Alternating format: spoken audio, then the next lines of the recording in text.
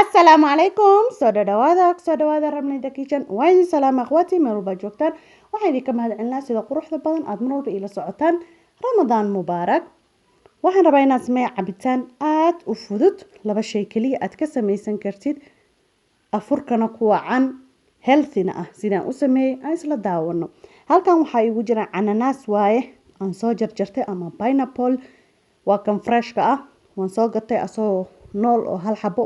waan fiiqay waan jarjaray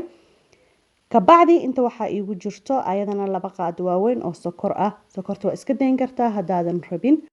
inta waxaan ku haystaa mint waaye mint leaves oo fresh ka ah ama nacnac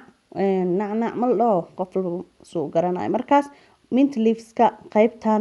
badanaa waa tuuraan dadka laakiin lama tuuro qaybta ugu muhiimsan waaye macaanka uu kasoo baxayo carafta zaa'idkana keenayso soo caleenta bas ha isticmaalin ha ka guran bahashana isticmaal makiinada ku shiidaysa wax problem ma lahan caafimaad badan ay leedahay bahashan maasha Allah markii la isku daro cananaaska iyo ayadana juice aan caadi ahayn ka soo baxayso hadda aan ku shubano makiinada cabitaanka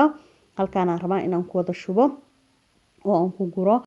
asxaabteeda sharafta badan ha hilmaaminina like-ta inaad dhako siisaan muhiim ayay ii tahay dhiiragelin ayay ii tahay kommentiyadiina qurquruxda badan ayakuna dhiiragelin ayay ii yihiin haddaad nagu cusub tahayna welcome to our family subscribe gambaleelkana furo sidaad marwalba noola socotid hadda waxaan ku darayaa labadii qaado oo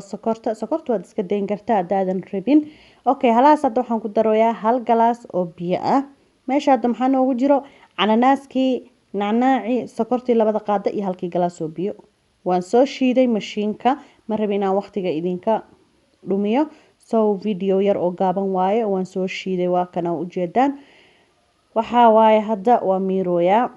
waa ina iska miirsid adii kale mintiga iyo cananaaskaba waxyaabo yar yar ayay wataan soo ilmaha badana ma jecla afka waxa u gala waan soo miirayaa markaan soo dhameeyana waa isku soo noqonaynaa waa kana waa soo miira hadda waxaan ku darsanayaa baraf waaye barafku waad ka dayn kartaa hadaa rabtid ku darsan kartaa sidii adiga markaas aad jeceshahay waaye wax kale oo lagu daray ma leh diyaar waaye sokortiisii uu qabaa barafkiisii uu qabaa wax ka maqan ma lahan cajab waaye ani hal xaba cananaas aan isticmaalay family weyn haddaad tihiin waxaad isticmaali kartaa laba xaba cananaas xoogaa biyahana ku kordhiso nacnaacana waad ku badsan kartaa ama ka yarayso waa kana hadeer waxaan ku soo shubay glaasyadan diyaar waay barafkiisii adduunkiisii wax yar waxa waaye sharaxaad yar loo sameynaa mint leaveski la gelgelinaya maasha Allah stroogiisana waa la suraaya wax kale uu kaaga baahan yahay malahan alaabtan waan dhadhamin lahaa laakiin waxaan sameynaya waqti galab waana soo manaa laakiin dhib malahan afta afur aan qac ka siinaya asxaabtaydan jeclahay haddaad ka heshaa hilmaamin inaad usii sheer garaysid asxaabta iyo familkiisa ayakuna uga faa'iidaystaan daawasho wacan assalaamu calaykum